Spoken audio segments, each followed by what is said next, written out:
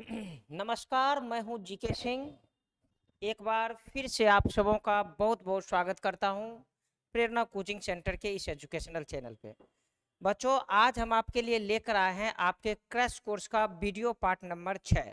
यानी कि आज हम लोग 251 प्रश्न से लेकर के 300 प्रश्नों का ऑब्जेक्टिव इस वीडियो क्लास के सेशन में अध्ययन करेंगे। तो इसका मतलब स्पष्ट है कि इससे पूर्व हमने 5 वीडियो आपके लिए बनाया है।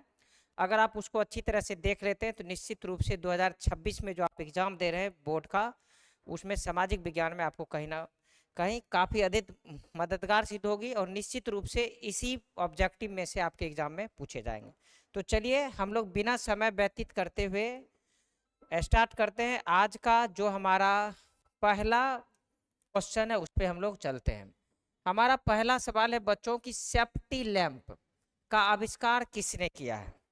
तो याद रखिए, सेफ्टी लैंप क्या होता है कि जैसे पहले के समय में बहुत सारे मजदूर लोग जब खाद्यान्न में काम करने जाते थे, जहाँ से खनिज वगैरह को निकालते थे या कोयला निकालते थे या कोई पदार्थ वहाँ से तत्व निकालते थे, तो वहाँ से बहुत सारा ज्वलनशील पदार्थ भी रहता था, जिसकी वजह से उसमें आग लगने की संभावनाएं बढ़ती थी। तो उस आग लगने की संभावनाओं को रोकने के लिए एक लैंप का आविष्कार किया गया जिसका नाम था सेफ्टी लैंप। और इसके जो खोजकर्ता, इसके जो आविष्कारक हैं वो कौन थे? हेम्प्री डेवी थे। कौन थे? हेम्प्री डेवी थे। एक महिला का नाम है जिन्होंने सेफ्टी लैंप का बालक आविष्कार किया था। चलिए अगला सवाल हमारा है कि 1855 ईस्वी में भारत में पहली जूट मिल किस शहर में स्थापित की गई थी? तो याद रखिएगा, 1855 ईस्वी में जो भारत में पहली जूट मिल की स्थापना की गई थी कोलकाता में। और कोलकाता में भी हुगली जिला में, याद रखिए जहाँ पर अभी हुगली नदी है ना, तो वहाँ पर जो है हुगली जिला में, कोलकाता के भी कहाँ, हुगली जिला में भारत की पहली जूट मिल की बालक स्थापना की गई थी। तो आज थोड़ा सा हम लोग स्पीड हैं इस वीडियो में, और इसके पीछे एक रीज़न है कि आपका एग्ज़ाम है कल और आप निश्चित रूप से चाहेंगे कि ज़्यादा से ज़्यादा प्रश्नों का हम लोगों का ऑब्जेक्टिव डिस्कशन हो। बच्चों, अगला सवाल है कि निम्नलिखित में से कौन सा पटना का प्राचीन नाम नहीं है? याद रखिएगा कि इसमें से 3 ऐसे ऑप्शन है जो कि पटना का प्राचीन नाम है और एक ऐसा नाम खोजना जो कि पटना का नाम नहीं है। तो आपको पता होगा कि कुसुमपुर पटना का प्राचीन ग्रंथों में, बहुत सारे ग्रंथ में पटना का जो उल्लेख है वो किस नाम से होता है जी? कुसुमपुर से होता है।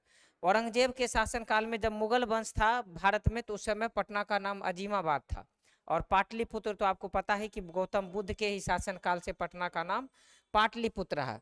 लेकिन राजगिरी जो है ये एक अलग प्रदेश है, ये कभी भी, ये अलग क्षेत्र है। अभी भी आप देखते होंगे यहाँ पर बहुत सारा पर्यटन स्थल है बिहार में, तो राजगीर पटना का नाम नहीं है, राजगीर एक अलग स्थान है। तो इसका आंसर हो जाएगा ऑप्शन नंबर ए।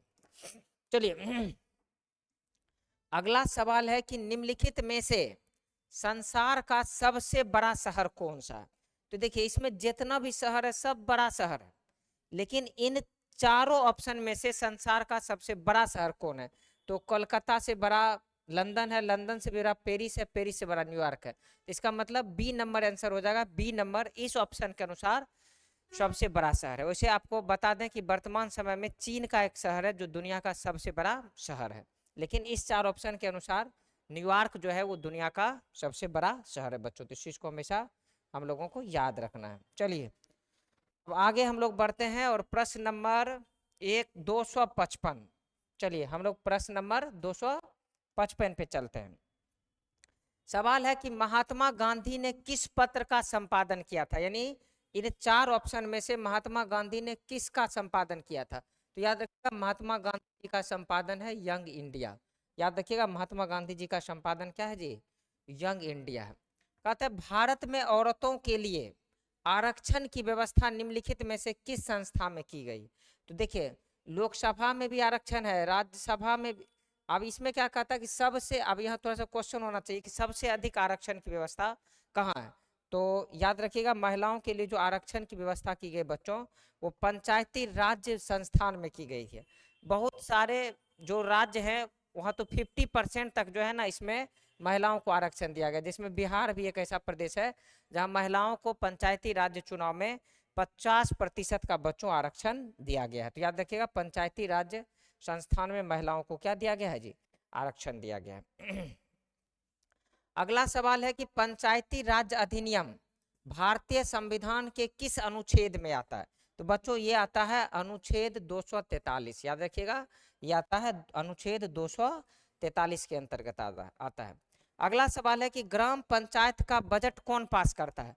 तो बहुत सारे बच्चों के दिमाग में रहता है कि ग्राम पंचायत का बजट मुखिया पास करता है, जो कि बिल्कुल गलत है। बालक, मुखिया नहीं पास करता है, ये ग्राम सभा के द्वारा उस बजट को पास कराया जाता है। हालांकि ग्राम सभा में मुखिया क्या करता है, अपने अनुसार ही सभी सदस्य मनोनीत कर लेता है और बहुत लोगों को पता भी नहीं चलता और ग्राम पंचायत का जो बजट है वो पास हो जाता है। चलिए अगला सवाल है कि धर्म को समुदाय का मुख्य आधार मानने वाले व्यक्ति को क्या कहते हैं? अगर कोई व्यक्ति एक ही जाति, धर्म या संप्रदाय को बढ़ावा देने के चक्कर में रहे तो इस प्रकार के व्यक्ति को बच्चों हम लोग कहेंगे सांप्रदायिकता। याद रखिएगा, इस प्रकार के व्यक्ति को हम लोग बोलेंगे सांप्रदायिकता। हमारे विश्व में कई ऐसे देश भी हैं जो सांप्रदायिक राजनीति वाला देश होता है। जैसे उदाहरण के तौर पर आप नेपाल चले जाइए, वहाँ हिंदू धर्म को विशेषाधिकार है। श्रीलंका चले जाइए, वहाँ सिहली जाति को विशेषाधिकार। तो अगर कोई व्यक्ति एक ही धर्म को समुदाय का मुख्य आधार माने तो मानव की इस भावना को हम लोग बोलेंगे बच्चों सांप्रदायिकता। समझे? अगर सभी जाति, धर्म और संप्रदाय को समानता का अधिकार मिले तो उसे बोलेंगे बच्चों धर्मनिरपेक्षता। अगला सवाल है कि भारतीय संघीय व्यवस्था में शिक्षा किस सूची के अंतर्गत आता है? तो बच्चों याद रखिएगा, शिक्षा जो है वो समवर्ती सूची के अंतर्गत आता है, यानी इसमें राज्य सरकार और केंद्र सरकार दोनों की भूमिका होती है। इस चीज को हमें याद रखना है। अगला सवाल है कि किस संविधान संशोधन से स्थानीय शासन को संवैधानिक दर्जा दिया गया? तो स्थानीय शासन में क्या होता है? पंचायती राज व्यवस्था, और इसको दर्जा दिया गया है संविधान के 73वें और 74वें संशोधन में। याद रखिएगा, इसको दर्जा दिया गया संविधान के 73वें और 74वें संशोधन में। अगला सवाल है कि संघीय व्यवस्था में सरकार कितने स्तर की होती है? तो संघीय व्यवस्था में बच्चों सरकार का जो स्तर होता है वो 3 स्तर का होता है। एक होता है केंद्र सरकार, दूसरा होता है राज्य सरकार और तीसरा होता है पंचायती राज सरकार। लेकिन इसमें 2 सरकार की भूमिका काफी महत्वपूर्ण होती है, राज्य सरकार की और केंद्र सरकार की। लेकिन याद रखिएगा कि संघीय व्यवस्था में सरकार के 3 स्तर होते हैं। कौन कौन? केंद्र सरकार, राज्य सरकार और पंचायती राज सरकार। अगला सवाल है कि बिहार में नगर निगम की संख्या कितनी है? तो याद रखिएगा, हमारे पूरे बिहार में नगर निगम की संख्या 19। वैसे हमारा खगड़िया नगर निगम नहीं है, हम लोग नगर परिषद में है, लेकिन हमारा पड़ोसी जिला जो बेगूसराय है वो नगर निगम है। तो बेगूसराय जैसे जैसे पूरे बिहार में कितना नगर निगम है? तो बच्चों याद रखना, ये 19 नगर निगम है। इसमें कोई ऑप्शन मैच नहीं कर रहा है, इसलिए सब गलत। अगर यहाँ एक एडिट कर दें तो ये नंबर आपका सही हो जाएगा।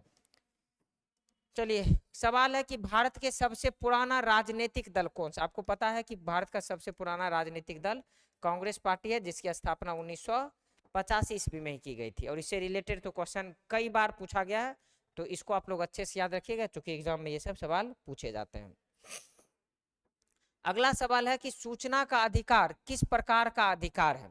तो सूचना का अधिकार जो है एक लोकतंत्र का रखवाला होता है और यह एक वैधानिक अधिकार है। याद रखिएगा, इसके लिए 2005 ईस्वी में याद रखना कानून बना है, समझे ना, राष्ट्रपति के द्वारा इसको पारित किया गया। तो याद रखना है कि सूचना का अधिकार जो है वो क्या है बच्चों? यह एक वैधानिक अधिकार है। यह क्या है? एक वैधानिक अधिकार है। अगला सवाल है कि इसमें से कौन निर्धारण करता है कि दल जो है क्षेत्रीय होगा या राष्ट्रीय होगा? यानी हमारे देश में जितने भी राजनीतिक दल हैं वो क्षेत्रीय है कि राष्ट्रीय है, इसका दर्जा देने वाले जो संस्था होता है उस संस्था का नाम होता है बच्चों निर्वाचन आयोग। याद रखिएगा, इस संस्था का नाम बच्चों होता है निर्वाचन आयोग। इसका नाम क्या होता है जी? इसका नाम होता है निर्वाचन आयोग। कहता हिंदी को राष्ट्रभाषा बनाने के विरुद्ध किस राज्य से आंदोलन शुरू हुआ? आपको पता है ना, हमारे देश में जो अभी हिंदी है उसको हम लोग राष्ट्रभाषा के नाम से जानते हैं। तो हिंदी को राष्ट्रभाषा तो अभी है ही, लेकिन बहुत सारे, चूंकि हमारे पूरे भारत में तो हिंदी बोली नहीं जाती है, हिंदी खास करके उत्तर भारत में बोली जाती है, तो पूरे देश में हिंदी को राष्ट्रभाषा बनाया गया। इसके लिए सबसे पहले कौन सा राज्य आंदोलन किया इसके विरोध में? इसके विरोध में सबसे पहला आंदोलन करने वाले व्यक्ति थे तमिलनाडु के लोग। यानी तमिलनाडु राज्य जो है चाहता था कि हिंदी को पूरे भारत का राष्ट्रभाषा नहीं बनाया जाए, लेकिन ऐसा नहीं हुआ। इनके आंदोलन का कोई विशेष असर नहीं पड़ा और अभी जो भारत है वो एक क्या है, हिंदी राष्ट्र है, हिंदी भाषा यहाँ पर बोली जाती है। अगला सवाल है बच्चों की लोकतंत्र जनता का जनता के द्वारा तथा जनता के लिए शासन है, यह कथन किसका है? बचपन से आप लोग पढ़ते आ रहे होंगे, ये कथन है बालक अब्राहम लिंकन का, याद रखिए बच्चों। ये जो कथन है ये किसका है जी? ये अब्राहम लिंकन जी का। ये कथन किसका है? तो ये कथन है बच्चों अब्राहम लिंकन का।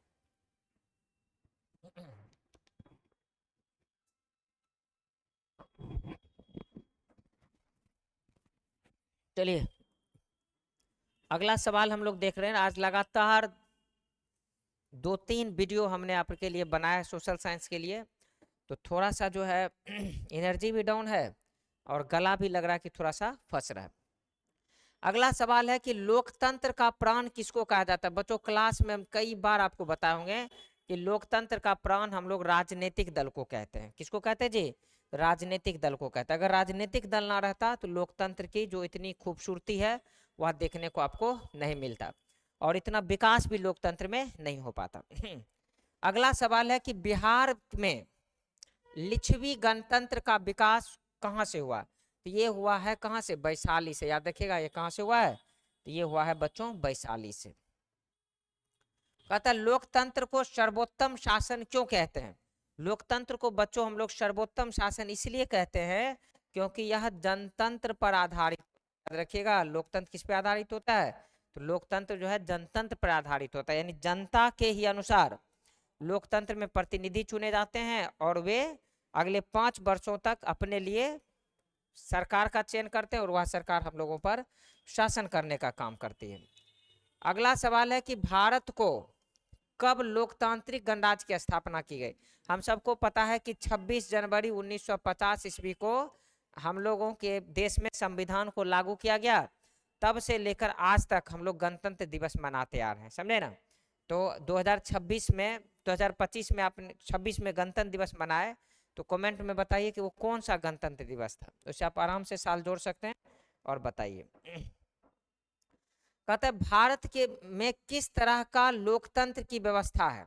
तो भारत में ना तो प्रत्यक्ष लोकतंत्र है बच्चों, ना ही अप्रत्यक्ष लोकतंत्र है। ना प्रत्यक्ष है ना अप्रत्यक्ष है, तो ये भी गलत हो जाएगा, यानी आंसर हो जाएगा इसमें से सभी। तो फिर दिमाग में आ रहा होगा आखिर ऐसा भारत में सर कैसा लोकतंत्र? तो भारत में जनप्रतिनिधि के द्वारा चलाए जाने वाला लोकतंत्र, यानी जनता के द्वारा यहाँ पर शासन चुना जाता है और वही शासक जो है अगले 5 वर्षों तक जनता पर शासन करती है। तो भारत में इस प्रकार का लोकतंत्र आपको देखने को मिल सकता है। अगला सवाल है कि लोकसभा में निर्वाचन हेतु कुल सीट की संख्या कितनी होती है? हमारे देश में एमपी का जो चुनाव हुआ है, जैसे खगड़िया एक लोकसभा क्षेत्र है, तो ऐसा ऐसा कितना लोकसभा क्षेत्र है? पूरे भारत में 543 लोकसभा का क्षेत्र है। याद रखिएगा पूरे भारत में जो है बच्चों 543 लोकसभा का क्षेत्र है। कहता है नेपाल में माओवादी नेता का नाम क्या है? तो नेपाल के जो माओवादी नेता थे उसका नाम है पुष्प कमल दलम और इसका शॉर्टकट में लोग इसको प्रचंड भी कहते हैं। इसको हम लोग क्या बोलते हैं? प्रचंड भी कहते हैं। तो हमारा ऑप्शन हो जाएगा ए नंबर। कहता भारत में कुल क्षेत्रफल का कितना प्रतिशत पठारी क्षेत्र है? तो याद रखिएगा 27% जो भाग है उसमें हमारे देश में क्या है? पठारी क्षेत्र है। याद रखिएगा 27% पर क्या है जी बच्चों? पठारी क्षेत्र है। कहता पुरातन जलोढ़ मृदा का दूसरा नाम क्या है? इसका दूसरा नाम बच्चों है बांगर मिट्टी। याद रखना कि पुरातन जलोढ़ मिट्टी का ही दूसरा नाम है बांगर मिट्टी। याद रखिएगा इसका दूसरा नाम क्या है जी? इसका दूसरा नाम है बांगर मिट्टी। चलिए एकदम स्पीड से हम चल रहे हैं, चूंकि आपको एकदम जल्दी जल्दी देख लेना है ताकि दिमाग में कल अगर क्वेश्चन आवे तो ये आपको दिमाग में रहे कि इसका आंसर ये हो जाएगा। अगला सवाल है कि अजैव संसाधन का उदाहरण क्या? अजैव संसाधन का मतलब होता है कि वे संसाधन जिसमें जो निर्जीव हो। तो इसमें कोयला भी निर्जीव है। अजैव संसाधन के उदाहरण हैं, अब इसमें होना चाहिए नहीं है, तो अब यहाँ थोड़ा सा गलती हो गया। अजैव संसाधन के उदाहरण अगर इसमें नहीं जोड़ दीजिए तब ये सवाल हो जाएगा सही। तो नहीं में क्या हो जाएगा? कोयला गलत हो जाएगा, पेट्रोलियम गलत हो जाएगा, प्राकृतिक गैस गलत हो जाएगा, क्योंकि वन एक संसाधन है और सजीव है। तो ये क्या हो जाएगा कि अगर अजैव नहीं है तो जैव होगा, तो जैव आंसर हो जाएगा वन। ऐसे अगर अजैब कहेंगे तो तीनों ऑप्शन सही है, तो कहीं ना कहीं क्वेश्चन ही गलत हो जाएगा, तो इसको आप लोग सही कर लीजिए। अगला सवाल है कि प्राणियों के शरीर में, अब फिर यहाँ गलती किया कि कौन सा प्राणी, अगर इसके बदले में यहाँ लिख दे मनुष्य, तब जाकर के यहाँ पर सही होगा और इसका सही आंसर हो जाएगा 65%। वैसे बच्चों प्राणियों के शरीर में 60 से 70% के बीच जल होता है, तो अब यहाँ पर 60 भी ऑप्शन भी है, 70 भी ऑप्शन है, तो उस आधार से क्वेश्चन गलत हो जाएगा। तो प्राणियों में से बताना होगा, जैसे अगर मनुष्य कहते तो बच्चे मनुष्य के शरीर में लगभग 65% पानी होता है, जबकि प्राणियों के शरीर में लगभग 60 से 70% पानी होता है। चलिए आराम से इसको आप लोग कंप्लीट कर लीजिए। अगला सवाल है कि बिहार में अति जल दोहन के कारण पानी में कौन से तत्व की मात्रा काफी अधिक बढ़ गई, जो कि काफी जहरीला है। तो बच्चों वो तत्व है आर्सेनिक। जैसे खगड़िया के भी पानी में आप देख लीजिएगा कि अब अगर आप चापाकल का पानी पीते हैं तो कहीं ना कहीं आप अपने लिए एक बीमारी उत्पन्न कर रहे हैं, क्योंकि हमारे खगड़िया के भी जो ग्राउंड वाटर है वो उसमें क्या हो चुका है, उसमें काफी अधिक संख्या में आर्सेनिक हो गया, और ये एक जहर से कम नहीं है। तो चलिए अगला सवाल बढ़ते हैं। कहता बिहार में कितने प्रतिशत भौगोलिक क्षेत्र पर वन है, तो याद रखिएगा 7 से 8% वन है, 7 से 8% वन है, तो ऑप्शन नंबर ए जो है इसका हमारा सही आंसर हो जाएगा। लेकिन रहना चाहिए बालक कम से कम 21%। कहता संविधान की धारा 48A का संबंध किससे है, तो संविधान की धारा 48A का संबंध है वन्य जीव तथा प्राकृतिक संसाधन के संरक्षण से। याद रखिएगा वन्य जीव तथा प्राकृतिक संसाधन के संरक्षण से, याद रखना है वन्य जीव तथा प्राकृतिक संसाधन के संरक्षण से इसका क्या है जी, संबंध है। अगला सवाल है कि चरक का संबंध किस देश से। चरक कौन थे, चरक एक आयुर्वेदाचार्य थे और इनका संबंध भारत से। याद रखिएगा ये भारत के जाने माने एक आयुर्वेदाचार्य थे, इन्हीं के द्वारा चरक संहिता लिखा गया था। याद रखिएगा इन्हीं के द्वारा लिखा गया था चरक संहिता। कहता झारखंड स्थित कोडरमा में किस खनिज पदार्थ की अधिकतम मात्रा पाई जाती है, तो झारखंड में जो कोडरमा है उसमें सबसे अधिक पाया जाता है अभ्रक। याद रखिएगा यानी कोडरमा, आप जाइएगा जब भी रांची तो आपके ट्रेन से जब जाइएगा तो एक पहाड़ के अंदर से ट्रेन गुजरेगी, वो कोडरमा ही है, काफी अधिक गर्मी एरिया है, और वहां पर सबसे ज्यादा अगर कोई तत्व पाया जाता है तो बच्चों पाया जाता है अभ्रक। अगला सवाल है कि नमक का रासायनिक नाम क्या होता है। सबको पता होगा कि नमक का रासायनिक नाम होता है सोडियम क्लोराइड, जो कि साइंस वाले जो टीचर होते हैं चिल्ला चिल्ला करके इसके बारे में आपको बता चुके होते हैं। चलिए अगला सवाल है कि लोह अयस्क एक प्रकार का है, क्या है, लोह अयस्क हेमेटाइट है, चूंकि लिग्नाइट और बिटुमिनस ये कोयला का है अयस्क, तो कहीं ना कहीं लोहा का अयस्क कौन हो जाएगा, लोह अयस्क कहलाएगा हेमेटाइट। याद रखिएगा लोह अयस्क कौन कहलाएगा जी, वो कहलाएगा हेमेटाइट। कहता मोनोजाइट रेत में निम्नलिखित में से कौन सा खनिज पाया जाता है, तो उसमें पाया जाता है बच्चों थोरियम, और भारत में थोरियम का एक विशाल भंडार है, और जान लीजिए कि भविष्य में थोरियम का महत्व काफी अधिक बढ़ने वाला है। जैसे अभी सऊदी अरब एकाएक अमीर हो गया, तो भविष्य में थोरियम की अगर वैल्यू बढ़ेगी तो भारत की भी स्थिति बेहतर होगी, और पूरी दुनिया में सबसे अधिक थोरियम कहीं पाया जाता है तो बच्चों भारत में पाया जाता है।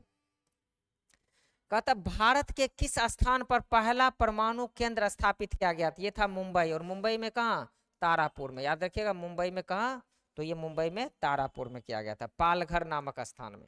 अगला सवाल है कि भाखड़ा नंगल परियोजना किस नदी पर स्थित है, बच्चों याद रखिएगा भाखड़ा नंगल परियोजना सतलुज नदी पर है, और इसी पर एशिया का सबसे ऊंचा बांध बनाया गया। ये भी याद रखना कि एशिया का सबसे ऊंचा बांध बनाया गया किस पे, सतलुज नदी पर ही, और इस परियोजना का नाम है बच्चों भाखर नंगल परियोजना। चलिए अगला सवाल है 290 नंबर। कहता निम्नलिखित में से कौन सी रबी फसल है, तो रबी फसल का मतलब क्या होता है बच्चा, आपको पता होगा कि रबी फसल का मतलब होता है कि इसको आप अक्टूबर नवंबर में लगाना है और मार्च अप्रैल में इसको काट लेना है, तो इसको बोलते हैं रबी फसल। और यहाँ पर जो आप चना दिख रहा है ये एक प्रकार का क्या है, रबी फसल। तो याद रखिएगा चना क्या है, तो चना एक प्रकार का क्या है जी, रबी फसल है। देखिए कहाँ कहाँ भाग जा रहा है, हम स्पीड है, हमसे भी ज्यादा स्लाइड स्पीड है। चलिए अच्छी बात है कि कम से कम इसमें स्पीड तो ढला। चलिए यहाँ तक हो गया था, इस सवाल पे आते हैं। भारत में जूट की खेती के लिए सबसे अधिक अग्रणी राज्य कौन है, मतलब 4 ऑप्शन में सबसे अधिक जूट कहाँ खेती होता है, तो पश्चिम बंगाल में होता है, क्योंकि पश्चिम बंगाल की जो अनुकूल भौगोलिक स्थिति है वो काफी अनुकूल है, वहां पर काफी अधिक बच्चों जलाशय है, और इस जलाशय के होने के कारण वहाँ पर जूट का उत्पादन काफ़ी अधिक होता है। तो पूरे भारत में सबसे अधिक जूट कहाँ उपजाता है? तो कौन उपजाता है जी? तो वो उपजाता है हमारा पड़ोसी राज्य पश्चिम बंगाल। अगला सवाल है कि भोपाल गैस त्रासदी, आपको पता होगा कि 1984 ईस्वी में भोपाल में एक गैस का रिसाव हो गया था जिससे रातों रात हजारों व्यक्ति मारे गए थे। तो वहाँ कौन सा गैस रिसाव हुआ था? तो याद रखिएगा वहाँ पर रिसाव हुआ था मिथाइल आइसोसाइनाइड। जैसे आप एक्सप्रे वगैरह करते हैं तो उसमें देखते हो ना कि कितना गैस महकता है जो जहर रखता है, वही था मिथाइल आइसोसाइनाइड, उसका रिसाव हुआ था। और जो ही जितने लोग आसपास में उसके सांस के माध्यम से ये जहरीली गैस उसके शरीर में गया, उसका तत्काल रूप से वही मृत्यु हो गई थी। काफ़ी दर्दनाक घटना थी जिसको हम लोग भोपाल गैस त्रासदी के नाम से जानते हैं। इसमें जो गैस रिसाव हुआ था बच्चों उसका नाम था मिथाइल आइसोसाइनाइड। काफ़ी महत्वपूर्ण सवाल है, कई कंपटीशन के एग्जाम में ये पूछा जा चुका है। कहता है भारतीय अंतर्देशीय जल मार्ग प्राधिकरण को कब गठित किया गया था? ये गठित किया गया था 1986 ईस्वी में, याद रखिएगा ये गठित किया गया था 1986 ईस्वी में। अगला सवाल है कि कोसी नदी घाटी परियोजना की शुरुआत कब की गई? अभी है ना हनुमान नगर और बिहार दोनों के बॉर्डर पे है, यानी नेपाल और भारत दोनों सरकार मिल करके कोसी नदी घाटी परियोजना बनाया था जिसका मुख्य उद्देश्य है सिंचाई, पनबिजली और बाढ़ को रोकना। तो और ये परियोजना बनाई गई थी बच्चों 1954 ईस्वी में, याद रखना ये जो परियोजना है बनाया गया था 1954 ईस्वी में। अगला सवाल है कि महासागर की तली पर होने वाले कंपन को किस नाम से जानते हैं? इसको बच्चों बोलते हैं सुनामी, याद रखना इसको हम लोग बोलते हैं सुनामी।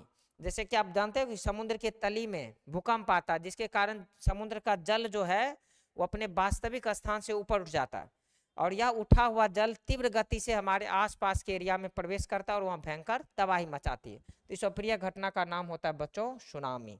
ये नदी में कभी नहीं आएगा, ये कहाँ आएगा जी? समुद्री इलाके में आएगा। तो यानी बिहार में कभी भी सुनामी नहीं आएगा, अगर यहाँ आएगा तो क्या आएगा? बाढ़ आएगा। अगला सवाल है कि निम्नलिखित में से किन चट्टान की सतह से खनिज जमा होता है? इस चट्टान का नाम है बालक कायांतरित चट्टान। क्या होता है?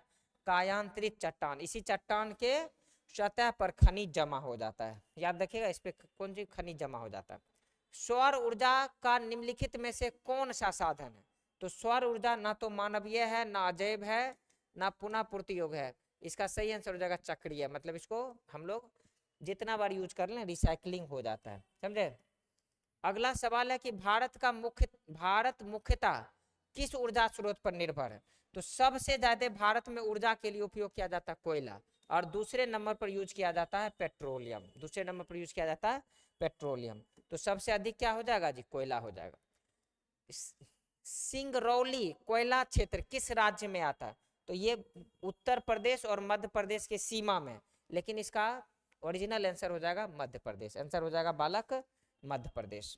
और अंतिम सवाल है कि रबर का मुख्यतः उत्पादन किस राज्य में होता है? तो सबसे अधिक रबर उपजाया जाता है केरल में, याद रखिएगा सबसे अधिक जो रबर उपजाया जाता है बच्चों वो केरल में उपजाया जाता है। एक छोटा सा ब्रेक लेते हैं, उसके जस्ट बाद हम लोग लेकर के लिए पार्ट 7 वीडियो जिसमें हम लोग 301 से लेकर के 400 प्रश्नों का ऑब्जेक्टिव डिस्कशन करेंगे, यानी पूरे 100 प्रश्नों का हम लोग उसमें ऑब्जेक्टिव डिस्कशन करेंगे। तो हम जल्द पहुंचते हैं, थोड़ा सा थक गए हैं और रिचार्ज होकर फिर से हम लोग आपके लिए वीडियो लेकर आएंगे, वीडियो नंबर 7। जय हिंद।